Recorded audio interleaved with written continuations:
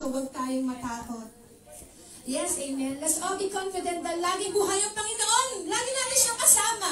Kahit saan. So, let's all prepare ourselves. Let's lift up our hearts, our minds, our hands, and let's lift up our voices. Sama-sama po tayong magsamba at pumuri sa ating Panginoon. Galing na live. Yes, sir.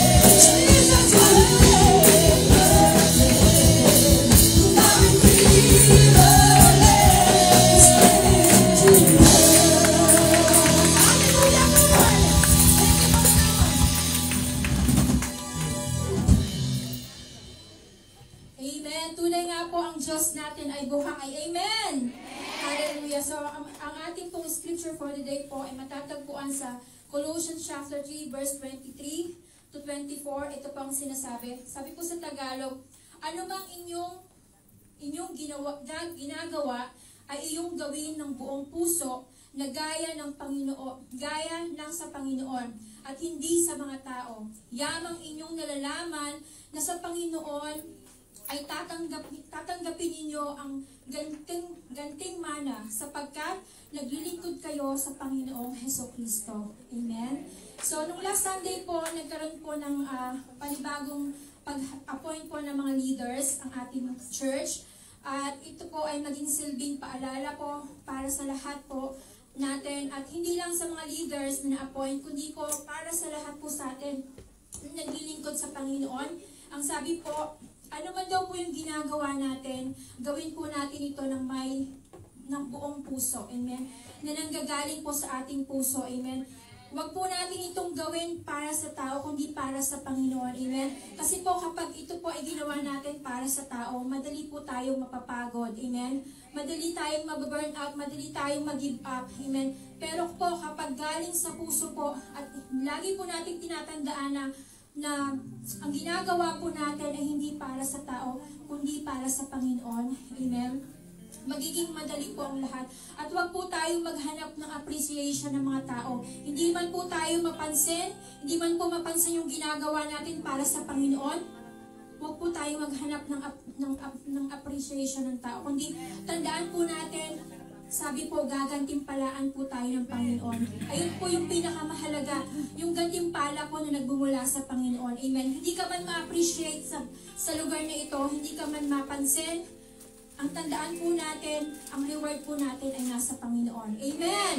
So tayo po ay magsasamba sa Panginoon, mananalangin sa Panginoon, gawin po natin ito ng may buong puso, amen? Buong kalakasan, amen? So tayo po ay pumikit, tayo po ay mananalangin, hallelujah, hallelujah Jesus. We glorify your name, O God. Pinapasalamatan ka namin, pinupuri ka namin sa lugar na ito, O Diyos. Dahil ikaw ang Diyos na buhay, Panginoon, na sinasamba namin, Panginoon. Lord, salamat, Panginoon. Minsan pa pinadamang po sa amin ang iyong pag-ibig, O Diyos. The mere fact, Panginoon, na kami po ay nakahinga, na gising, Panginoon, sa araw na ito po ay isang magandang pagpapala na po sa buhay namin, Panginoon. Lord, salamat, Panginoon, sa patuloy, O Diyos, na pagbigay mo sa amin ng grasya mo, Diyos. Ang lahat ng bagay, Panginoon, na natatamasa po namin ay grasya mo lamang, Panginoon. Dahil sa biyaya mo lamang, Panginoon, kaya po kami naririto, Panginoon. At Lord, lagi po namin sinasabi, O Diyos, wala po kaming magagawa kung wala ka po sa buhay namin, Panginoon. Salamat, Panginoon, salamat, O Diyos. At Lord, sa oras po ito, Panginoon, hayaan mo, Diyos, galinisin mo ang aming puso, aming isip, Panginoon, Lord God. Ang aming buong pagkatao, Panginoon, Lord God. Patawarin mo kami, O Diyos, sa lahat ng mga pagkukulang namin, Panginoon. Sa lahat ng mga pagkakasala, Panginoon, sinasadya man o hindi sinasadya, Lord. Patawarin mo kami, Panginoon. Linisin mo kami ng iyong banal na dugo, Panginoon, Lord God. Upang makita po namin, O Diyos, ang iyong kabutihan, ang iyong presensya, Panginoon, ay patuloy na maranasan po namin sa lugar na ito, O God. Lord, hindi po namin mararanasan ito kung may nakikita ka pong karumihan sa aming puso, sa aming isip, sa aming pagkatao, Panginoon, Lord God. Kaya, O Diyos, humingi po kami ng kapatawaran, Panginoon, sa lahat ng aming mga pagkukulang sa iyo, O Diyos. At ganoon din, Lord, pagkukulang namin sa aming mga kapwa, Panginoon, Lord God. Patawarin mo kami, O Diyos. At Lord, sa oras pong ito, O Diyos, hayaan mo, Panginoon, na malayang kumilos, O Diyos, ang Banal Espiritu Santo, Lord God, sa lugar na ito, sa buhay namin, Panginoon, Lord God. Inaanyayahan po namin, Lord, ang pagsama mo, Panginoon, ang Banal Espiritu Santo, O Diyos, sa umagang ito, O God, na siyang patuloy, Lord, na kumilos, Panginoon, sa buhay ng bawat isa, Panginoon. Lord, marami pong salamat sa grasya mo, salamat sa pagpapatawad mo sa amin, O Diyos, salamat sa pag-ibig mo sa amin, O Diyos, na hindi po nagmamali, O Panginoon. Maraming pong salamat sa iyo, Panginoon. At Lord, sa oras pong ito, God, sa iyo po kami umaasa, Panginoon. Lord, lahat po ng aming mga kapatiran, Panginoon, na wala po rito, O Diyos. Idako mo sila sa lugar na ito, O Diyos. Sa mga kapatiran po namin na may karamdaman sa oras na ito, pagalingin mo sila, Panginoon. Lord, sa mga kapatiran namin na may problema sa oras na ito, bigyan mo, Panginoon, ng solusyon, Panginoon, Lord God. Ang bawat problema, ang bawat pinagdadaanan ng bawat isa, O Diyos. Ikaw po ang nakababatid, Panginoon, Lord God. Lord, hayaan mo rin, Panginoon, sa bawat gagamitin mo, O Diyos, sa unahang nito, Lord God. Patuloy na ikaw ang makita, Panginoon, ang kapangyarihan mo, O Diyos, ang makita, O Diyos, hindi ang pagkatao ng bawat isa, Panginoon. Lord, ikaw ang kumilos, Panginoon, sa buhay ng bawat isa, Panginoon. Maranasan ka namin, O Diyos, at sa pakinig po namin ng iyong salita, O Diyos, hayaan mo, Lord, na ang iyong salita, Panginoon, ay mangusap sa puso ng bawat isa, Panginoon, Lord God. Tumanim, Panginoon, sa puso at isipan ng bawat isa, Panginoon, Lord God. Ano man ang salita mo, Panginoon, ay paparinig mo sa oras nito, maging kalakasan po ng aming spiritual na buhay, Panginoon, Lord God. Lord, ngayon pa lamang nagpapasalamat kami sa iyo, O Diyos, at sa aming pagpupuri, pag-aawitan, O Diyos, Makarating po ito sa iyong trono, O Diyos. Kalugtan mo, Panginoon, ang aming papurit pagsamba sa iyo, O Diyos, sa umagang ito. Pinupuri ka namin, O Diyos. Dinadakila namin ang iyong pangalan, Panginoon. Maraming salamat sa pangalan ng iyong anak na si Jesus. Amen. Amen. Hallelujah. Good morning, church! Handa na ba ang lahat magbigay puri sa Panginoon? Sige po, handa na ba ang lahat magbigay puri sa Panginoon? Share ko lang po sa inyo ang verse na nag-touch sa akin this week. This is found in Psalm chapter 121. I lift up my eyes to the mountains. Where does my help come from? My help comes from the Lord, the maker of heaven and earth. He will not let your foot sleep. He will watch over you and will not slumber. Indeed, he who watches over Israel will neither slumber nor sleep. Verse 5, the Lord watches over you. The Lord is your shade at your right hand. The sun will not harm you by day, nor moon by night.